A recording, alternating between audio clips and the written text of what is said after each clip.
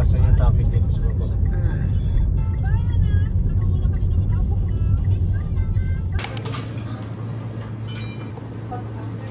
May stuff.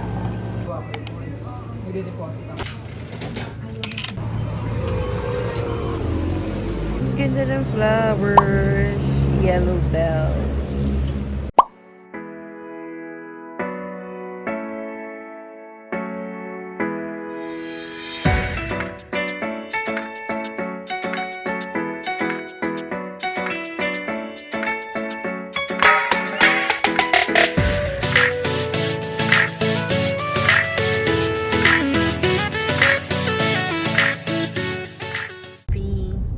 Since when did I enjoy coffee?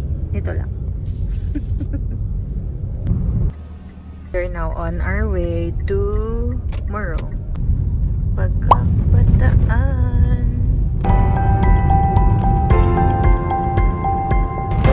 So, we're currently on the road. Nasa Bagak na kami. And one more town, Morong na siya. So, let's go guys. Hi friends! Welcome back to my vlog.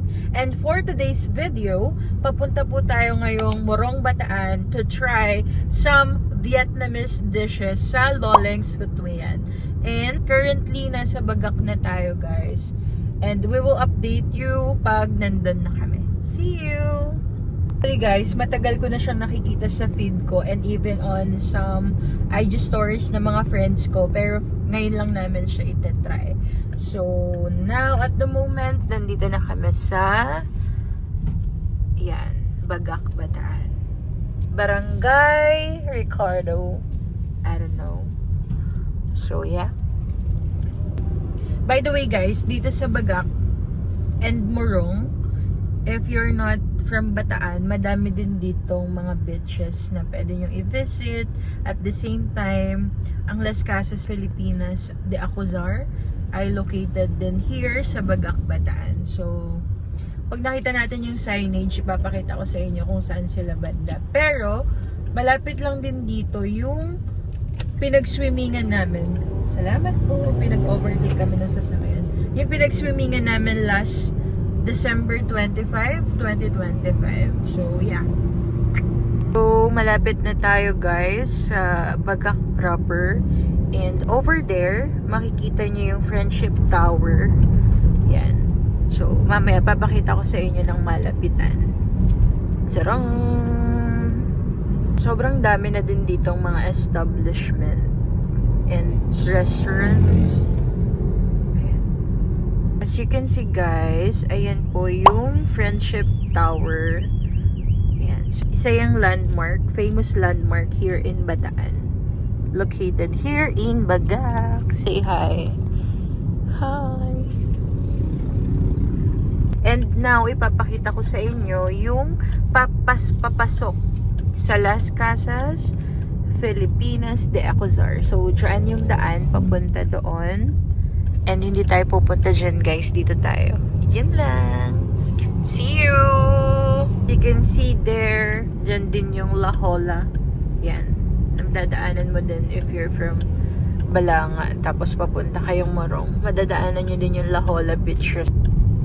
Daming puno. Dito, ito lang din yung kagandahan pag nagta-travel ka dito sa Bataan. Kasi sobrang daming mga puno. And sometimes, along sa Morong Highway, may makikita pa tayong mga unggoy. Sana may mahanap tayo para maipakita ko sa inyo. Or sana may magpakita para ma-videohan natin. So, ayun. Yung daan dito, guys,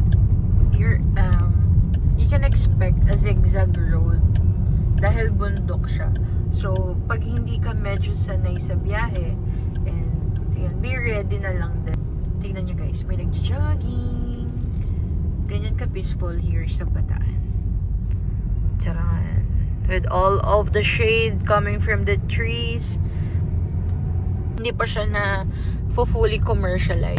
Tignan mo to, parang nga siyang yung sa La Union na man-made fort. So sana hindi siya ma-commercialize. Yan o. Kung makikita nyo, puro zigzag na yung daan niya. So be careful na lang din kayo if you're driving along here. Sana may makita tayong unggoy. Hanap tayo. Anyway, malapit na tayo sa nuclear power plant here in Morong.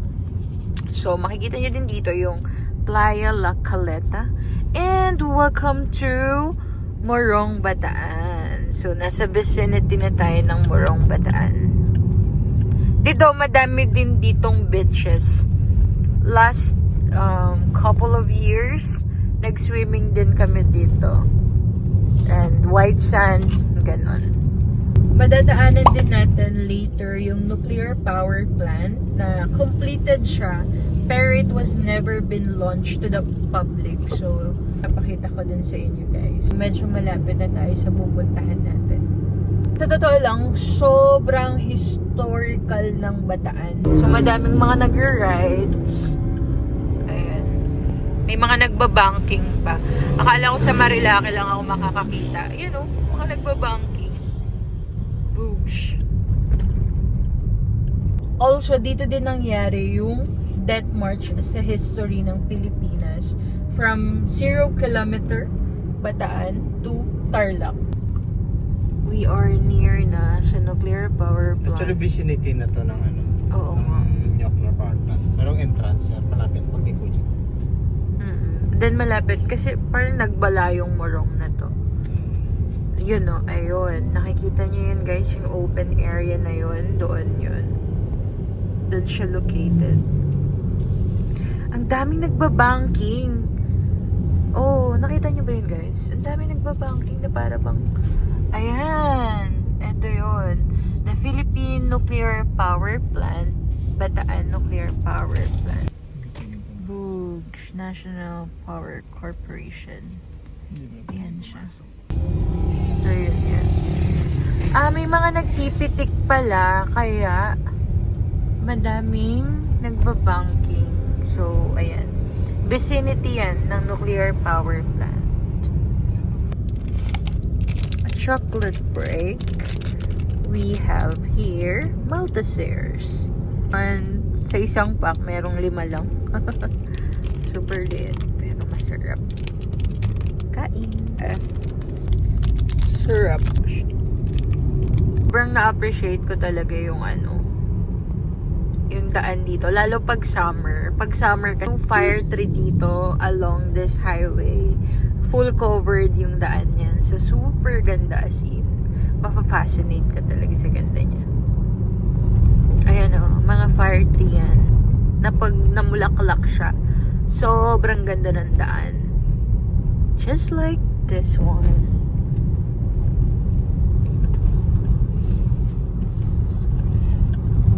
Dito guys, sa Morong Bataan, makikita nyo din yung Pawikan Observation Center.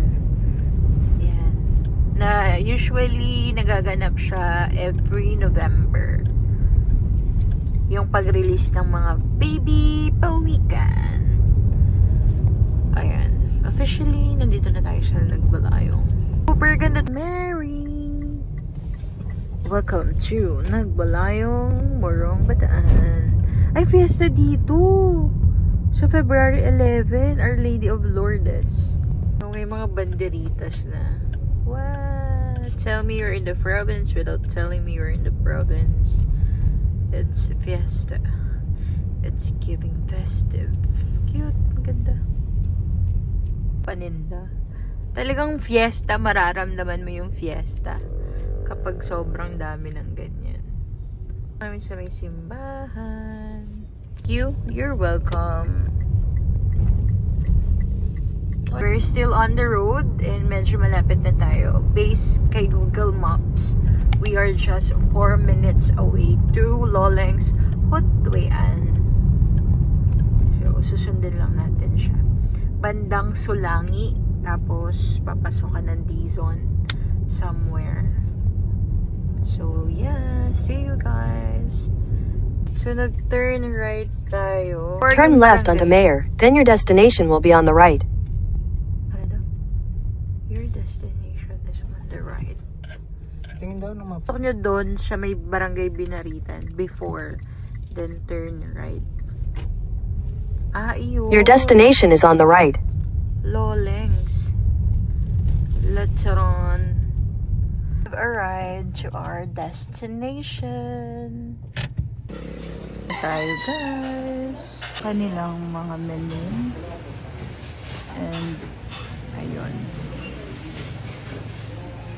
This is authentic Vietnamese food and we're going to order their banh mi and hut tuay. Super dami.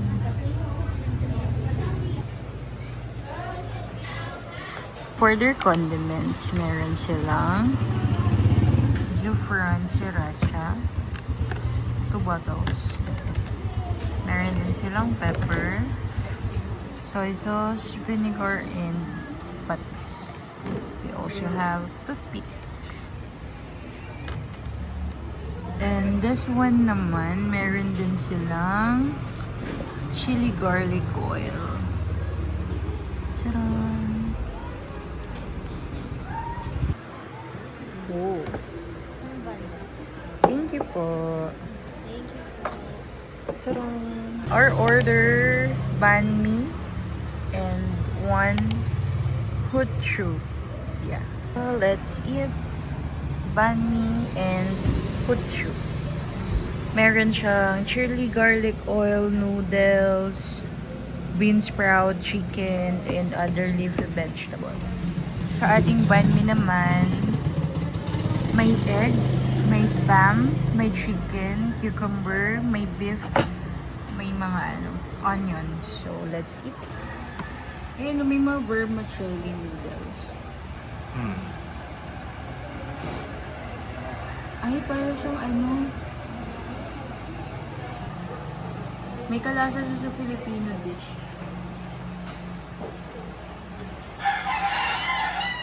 Next one.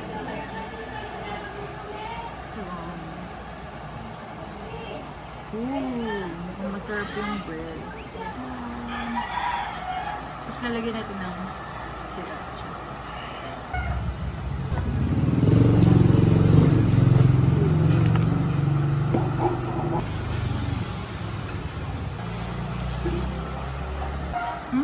Ang sarap niya pag may sriracha.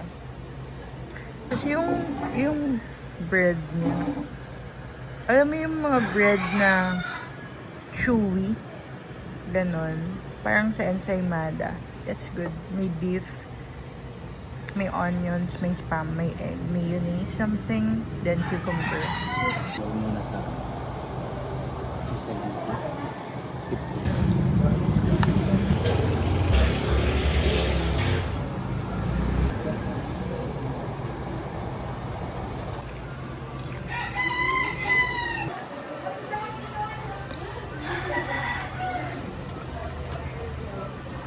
Picture ng place and currently medyo madami na done. We're going home. Thank you, Loleng's Hutchuan. Hutchu pala. Hutchu yung pagkaka-pronounce niya. Kaya yung Hutchu. wing. Tayo guys ng candy.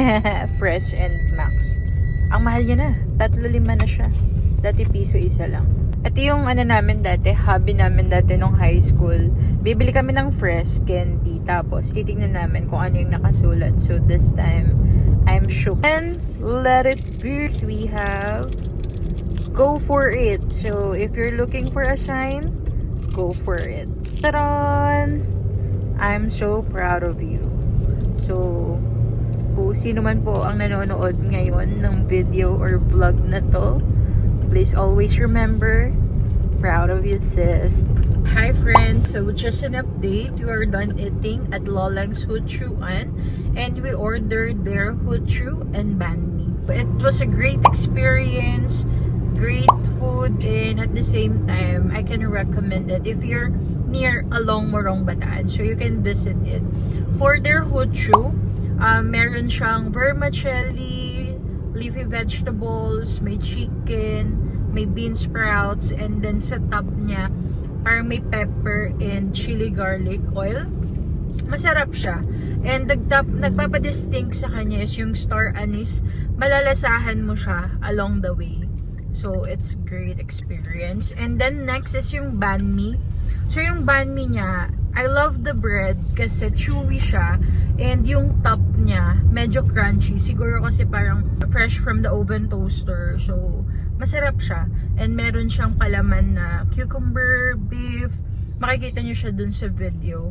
Pauwi na kami and siguro dito ko na lang din i-end yung vlog. Thank you guys for watching. See you on my next one. Bye!